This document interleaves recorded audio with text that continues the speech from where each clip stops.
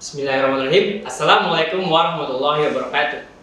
Waalaikumsalam warahmatullahi wabarakatuh. Alhamdulillahirrabbilalamin. Wa bihi nasta'inu ala umuri dunya waddin. Wassalatu wassalamu ala asrofil anbiya'i wal mursalin Sayyidina Muhammadin wa ala alihi wa sahbihi ajmain. Amma ba'du.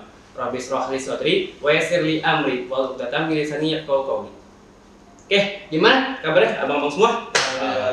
Alhamdulillah. Baik. Ya, baik kan. Oke. Nah, ini Bang Nata sendiri gimana, Bang? Alhamdulillah baik juga. Oke, mantap. Oke. Sekarang kita mau ngapain ya, Bang? Mau Kita mau ngobrol sedikit nih sama Ngobrol sama kawan untuk iya, mentor-mentor buat Liga ngasih tahu 1. teman-teman. Oke, tafadhol. Mungkin dari siapa dulu yang mulai? Silakan. Oke, dari aneh pertama kali yang mungkin bismillahirrahmanirrahim. Bismillahirrahmanirrahim. Dari Wasil yang berwulu dan misalnya Koholi. Baik, di sini kawan-kawan semua kita akan masuk ya ke materi yang lanjutan kawan-kawan semua di semester 6, yaitu ada materi mengenai Ormawa, Opmawa dan juga organisasi eksternal ya, abang-abang. Oke, baik, untuk yang pertama di sini Ane akan menjelaskan terkait organisasi yang ada di kampus, yaitu BEM atau Badan Eksekutif Mahasiswa. Tapi sebelum itu, Ane mau menyampaikan sedikit latar belakang nih. Dulu seorang syekh di Mesir bernama Syekh Umar Al-Tilmisani pernah berkata gitu, Nahnu du'at qabla kulli syai'in, artinya adalah kita adalah seorang dai sebelum menjadi apapun. Nah, di sini menjadi pegangan kita, berarti bahwa apapun yang kita lakukan sekarang ini, mau kita jadi pelajar, mahasiswa, mau jadi dokter, mau jadi pekerjaan apapun itu, bahkan hingga presiden, kita tetap memiliki tugas sebagai seorang dai. Tugas dai itu apa? Berdakwah, menyebarkan Islam, syiar, menyebarkan kebaikan dan juga kebenaran. Nah, tugas dakwah itu sebenarnya bukan hanya milik ustadz, milik pemuka-pemuka agama, tapi ini semua milik tugas ini bersama kita, milik umat Islam ini, milik seorang muslim, juga milik seorang mukmin seperti itu. Kemudian kali ini kita akan bahas ya terkait organisasi BEM, Badan Eksekutif Mahasiswa di kampus. Nah, BEM ini merupakan organisasi pemerintahan mahasiswa yang ada di kampus.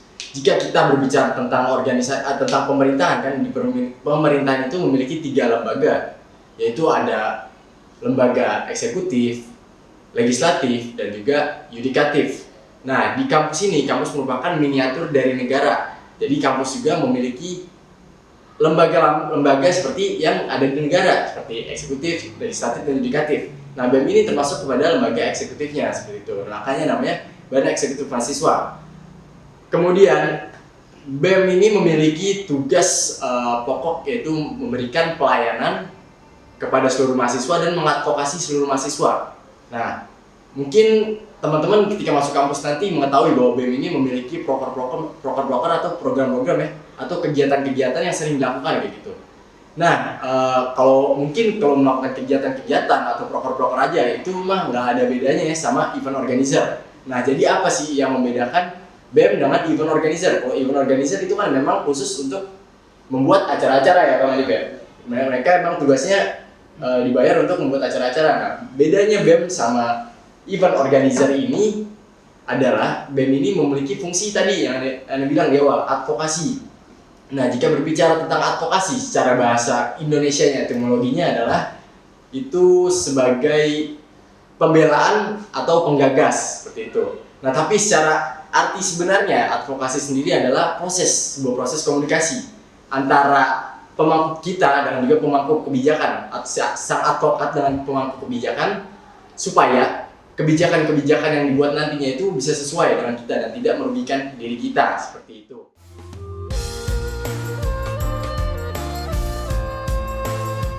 Nah, lanjut nih, tadi konteksnya masuk advokasi, dan advokasi tadi Anda bilang ya berhubungan dengan kebijakan-kebijakan yang berpengaruh pada seluruh mahasiswa, yang artinya kebijakan itu menentukan nih apakah mahasiswa itu nanti sejahtera atau enggaknya kayak gitu. Nah, kalau misalnya di SMA ini BEM ini bagaikan apa? Ya Bang kira-kira. OSIS Kayak OSIS lah ya, mirip-mirip sama OSIS lah, tapi ada next levelnya gitu ya. Betul. Nah, kalau di OSIS mungkin kan kita masih dibantu lah ya sama guru gitu ketika melakukan kegiatan-kegiatan kayak gitu. Dan juga OSIS itu nggak mengatur secara langsung kebijakan-kebijakan yang dibuat sekolah. Nah, sedangkan di BEM sendiri, BEM ini benar-benar mengawasi banget bang tentang kebijakan-kebijakan yang dibuat sama pemegang kebijakan yang memangku kebijakan yang ada di kampus. Contohnya ya birokrasi itu ada siapa aja sih, mungkin dosen-dosen, bapak-bapak dosen yang punya kuasa punya jabatan lah ya untuk membuat kebijakan di kampus. Nah, kenapa sih akhirnya BEM ini sangat penting bagi teman-teman supaya teman-teman ini masuk gitu ke BEM ya? Alasannya apa gitu? Karena tadi Anda bilang BEM ini fatal dan vital gitu untuk kebijakan. Coba mungkin dibayangkan ketika teman-teman di OSIS ya, ketika OSISnya itu dipegang sama ketuanya itu enggak seorang muslim kayak gitu ya, mungkin bikin agenda-agenda yang akhirnya nggak bermanfaat lah, misalnya kayak buat apa ya, kayak joget-joget, sekedar joget-joget, nyanyi-nyanyi, apalagi ntar ngelewatin jam-jam sholat wajib. Nah itu kan agak bahaya lah buat kita ya. Kita paham, sebagai orang yang paham pasti kan agak takut juga ya kalau gitu ya, takut dosa atau semacamnya kayak gitu. Begitu juga dengan BEM gitu. BEM ketika nantinya ada kebijakan-kebijakan yang dibuat, kalau misalnya BEM-nya nggak dipegang sama teman-teman yang paham gitu, tidak diisi dengan orang-orang yang paham, maka ya kemungkinan besar akan banyak mudarat yang terjadi gitu, yang bisa mungkin melanggar syariat dan sebagainya gitu. Jadi itulah pentingnya kawan-kawan semua ada mengisi posisi-posisi di BEM yang ada di kampus seperti itu. Oke, mungkin Ane mau jelasin tentang mitranya BEM nih. Itu aja BEM. Oh, lembaga legislatif. Oke. Jadi gini teman-teman, lembaga legislatif di tingkat kampus itu kalau di sekolah itu seperti MPK. Bedanya legislatif di tingkat kampus ini sudah lebih mempengaruhi keberjalanan dalam berorganisasi di kampus. Nah, kalau tadi Bang Imam bilang BEM itu membuat kebijakan. Nah, di legislatif juga kita membuat peraturan, di mana peraturan ini juga menjadi landasan dalam organisasi maupun birokrat kampus, yaitu dosen-dosen yang memiliki jabatan di tingkat rektorat dalam berjalan gitu kampusnya. Nah, jadi kalau di legislatif itu memiliki sebenarnya 3 fungsi secara umum. Nah, fungsinya itu adalah membuat peraturan atau legislasi, terus fungsi pengawasan, yang mana fungsi pengawasan ini itu berfokus pada kinerja BEM, program kerja BEM, dan anggaran, serta fungsi aspirasi atau penyampaian pendapat. Nah, dari masing-masing fungsi ini juga itu saling berkesinambungan. Walaupun sebenarnya ada satu fungsi lagi secara umum untuk legislatif, yaitu fungsi advokasi. Namun nyatanya di tingkat kampus itu advokasi itu lebih kepada BEM. Karena BEM yang langsung ibaratnya apa ya? Dia langsung ke rektorat. Kalau mungkin teman-teman yang langsung majuin ke gurunya kayak gitu. Nah, fungsi legislasi atau membuat peraturan di kampus ini itu juga berkaitan dengan dakwah kita teman-teman. Mengapa? Karena jika peraturan yang dibuat ini berpihak kepada nilai-nilai keislaman, maka keberjalanan organisasi di kampus itu juga dapat dapat menguntungkan kita dan tentunya untuk kemaslahatan umat gitu. Nah, kalau untuk fungsi pengawasan, dari fungsi pengawasan ini tentunya kita mengawasi kinerja BEM. Kalau misalkan kinerja BEM-nya itu sudah menyalahi peraturan yang sudah dibuat, apalagi peraturan yang tadi berlandaskan nilai-nilai keislaman, wah itu kan udah ibaratnya harus mendapatkan teguran gitu. Karena kan landasannya sudah ada yang sudah kita buat seperti itu. Nah, maka dari itu fungsi pengawasan juga penting teman-teman di dalam legislatif. Selain itu ada fungsi aspirasi atau penyampaian pendapat. Nah, di sini legislatif itu sebenarnya mengumpulkan pendapat-pendapat itu dari berbagai macam sivitas akademika ataupun orang-orang kampus. Mungkin kalau misalkan teman-teman itu di sekolah murid, guru, terus para karyawan. Nah, itu kan termasuk sivitas sekolah. Nah, sivitas akademika pun seperti itu. Mahasiswa, dosen yang punya jabatan, orang-orang yang bekerja di IT-nya kampus, dan karyawan-karyawan kampus seperti itu. Nah, fungsi aspirasi ini juga untuk menyampaikan keluh kesah dari berbagai macam sivitas akademika di kampus, sehingga akhirnya nanti keberjalanan organisasi di kampus itu sesuai dengan kemaslahatan bersama seperti itu. Nah, kalau misalkan ngomongin aspirasi ataupun pendapat gitu kan, setiap orang punya kepentingan yang berbeda nih. Nah, dari berbagai kepentingan itu juga, kalau misalkan ada kepentingan yang sekiranya berlandaskan nilai Islam, dia berpihak kepada Islam, maka itulah yang wajib kita perjuangkan sebagai legislator yang nantinya akan bermitra dengan BEM sebagai orang yang akan memperjuangkan lagi ke tingkat atasnya, atau mungkin kalau teman-teman ke tingkat guru seperti itu. atau mungkin ke tingkat capsek ya kalau di guru kalau di sekolah bisa sampai capsek. Iya gitu. Dari kampus rektorat. Nah, jadi seperti itu. Mengapa pentingnya orang-orang dakwah atau orang-orang ikhwah seperti kita ini memegang peran penting juga di legislatif. Karena seperti itu, kita bisa bermitra dengan BEM, BEM juga ikhwah, insya Allah dakwah kita di sekolah ataupun di kampus aman. Seperti itu. Bang Anip, mungkin ada lagi? Oke, ini masih ada beberapa yang disampaikan terkait organisasi yang ada di internal kampus. Nah, jadi ada teman-teman di internal kampus, tapi ini belum ada di semua kampus gitu. Hanya ada di beberapa kampus tertentu dengan status tertentu. Status apa? Status kampus yang seperti apa, yang punya ormawa ini dan ormawa apa gitu. Nah, ormawanya itu bernama MWA teman-teman, atau Majelis Wali Amanat. Nah, Majelis Wali Amanat ini baru ada di kampus-kampus yang punya status PTNBH atau Perguruan Tinggi Negeri Berbadan Hukum.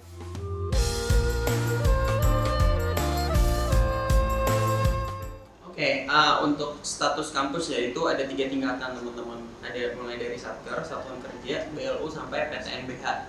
Nah, kampus kalau udah di status PTNBH itu udah punya kebebasan dan juga hak buat ngatur kampusnya sendiri. Kayak kampus mau harga berapa untuk UKT mahasiswanya, terus kampus nanti gimana untuk mencari sumber dananya, buka usaha dan lain-lain.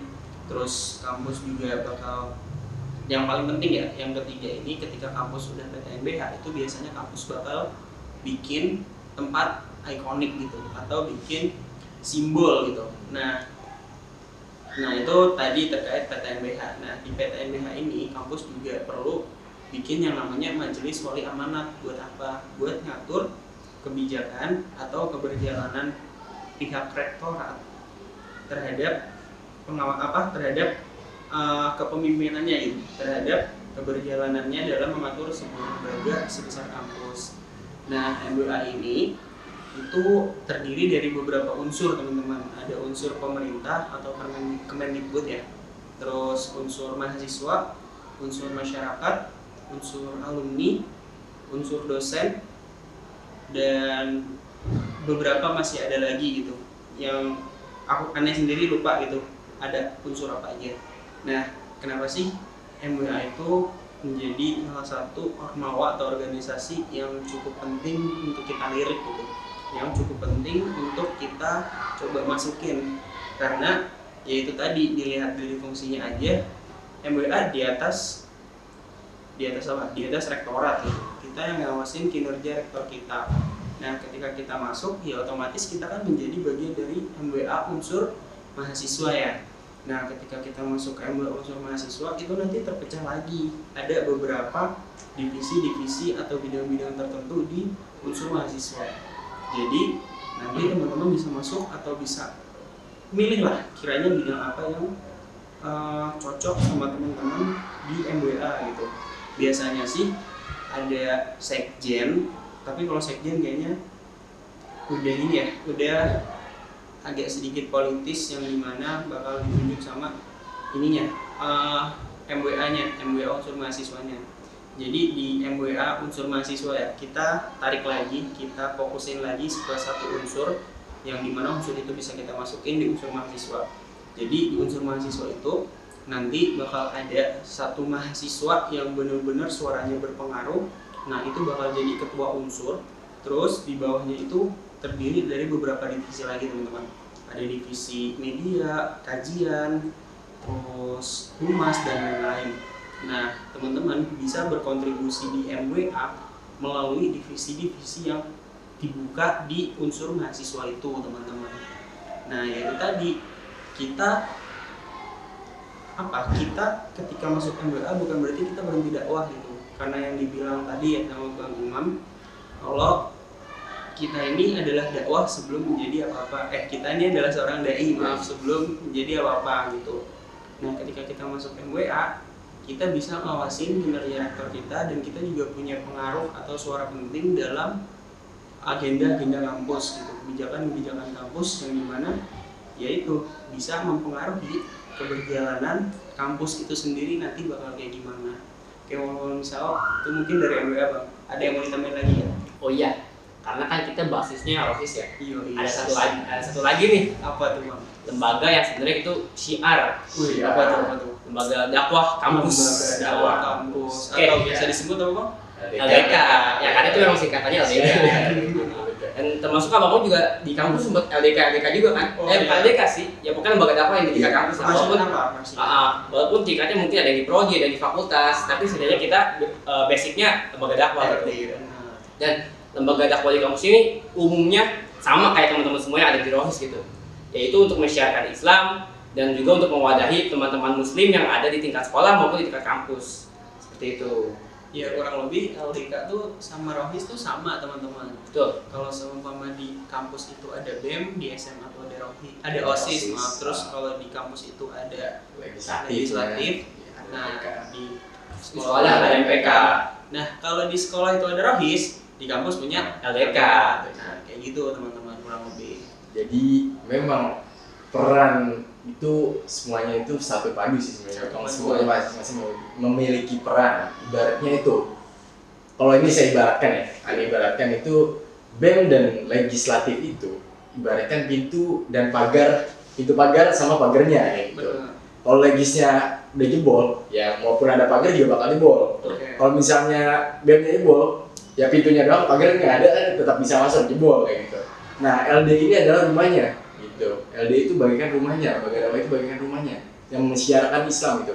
Jika BEM dan juga legisnya jebol, maka syiar itu akan rusak juga, akan susah gitu, akan jebol juga kayak gitu. Ibaratnya seperti itu. Jadi saling masing-masing tuh punya peran masing-masing gitu ya. Oke, mungkin untuk lembaga internal yang ada di kampus mungkin seperti itu aja ya, Bang Imam, Bang Anip. Ya Iya, cukup. sih seperti itu. Oke, Dari Bang Imam mungkin ada yang Ada yang mau disampaikan lagi? Penutup, Bang. Oh. mungkin Oke. betul. Baik, Ani akan menutup ya dengan sebuah ayat untuk sebagai pengingat ya. Berbunyi seperti ini. A'udzubillahi minasyaitonirrajim. Bismillahirrahmanirrahim.